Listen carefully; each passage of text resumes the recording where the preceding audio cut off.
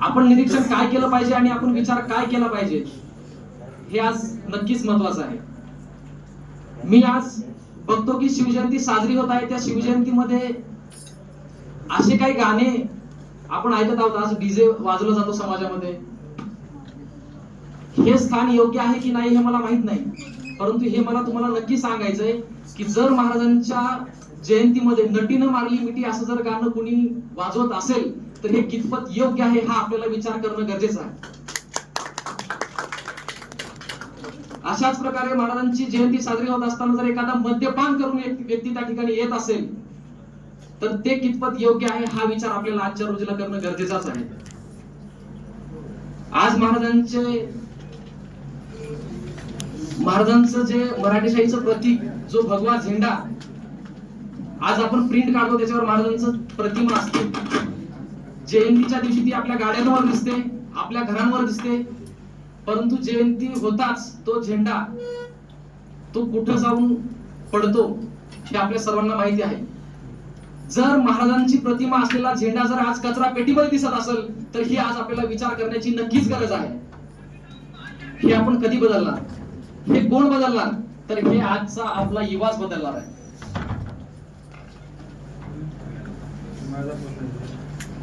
त्याच प्रकारे महाराजांच्या नावाखाली जी आजकाल राजकारण्यांनी जी एक सहारा घेण्याचे चालू केलेला आहे की आम्ही शिवरायांच्या विचारांचे आहोत. अरे शिवरायांचा विचार हा मत घेण्यासाठी नव्हता. शिवरायांचा विचार काय आहे? शिवरायांच्या विचाराखाली जर एखादा राजनेता आपला राजकीय स्वार्थ करून घेत असेल तर ही देखील आज आपल्याला विचार करण्याची नक्कीच गरज आहे. असा राजकीय नेता आपण आपल्या राजकारणामध्ये ठेवायचा का याचा पण आपण आज विचार केला पाहिजे. जातीवाद, धर्मवाद हा महाराजांच्या कालखंडामध्ये नव्हताच हे आपल्या सर्वांना माहिती आहे. परंतु आज जे राजकीय नेते ज्या जातीच्या खाली, ज्या जातीच्या नावाखाली, ज्या धर्माच्या नावाखाली आपलं स्वराज्य निर्माण करण्याचा जो प्रयत्न करत आहेत, हे स्वराज्य जातीच्या नावाने, धर्माच्या नावाने जर हे स्थापन होत असेल तर हे योग्य आहे का याचा देखील विचार आपण आज केला पाहिजे. स्त्रीचा सन्मान आज आपण समाजामध्ये बघतो की कित्येक बलात्कार हे स्त्री विरोधात होतात. मला वेगळं काय नाही सांगायचे महाराजांच्या काळातली काय शिक्षा होती. आज जरी आपल्याकडे यांचे हात काढण्यासाठी तलवार नसतील तरी आपल्याकडं आज याच्या विरोधात आवाज उचलण्यासाठी आपल्याला तोंड दिलेलं आहे. आपल्याला आवाज उचलण्याची जी संविधानाने ताकद दिली आहे, या आवाजाने आपण ही व्यवस्था बदलू शकतो आणि नक्कीच बदलू शकतो.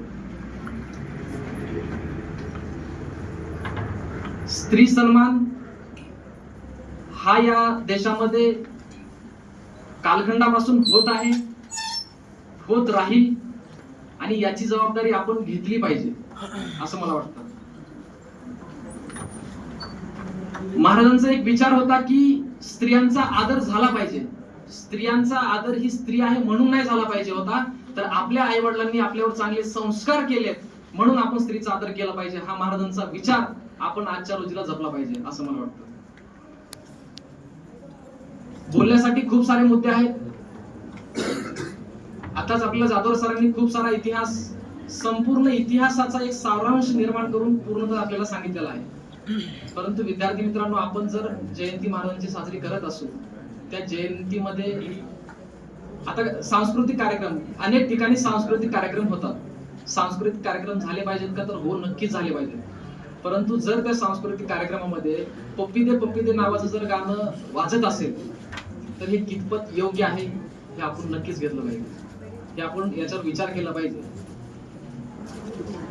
माझ्यापेक्षा जास्त संग्रामने त्याच्यावर अभ्यास केलेला आहे. संग्राम हा खूप, आज त्याचा फक्त आवाज बसलाय म्हणून, नाहीतर दादा ज्यावेळेस स्टेजवर येतात त्यावेळेस प्रत्येकाच्या अंगावर काटा हा उभा राहतोच.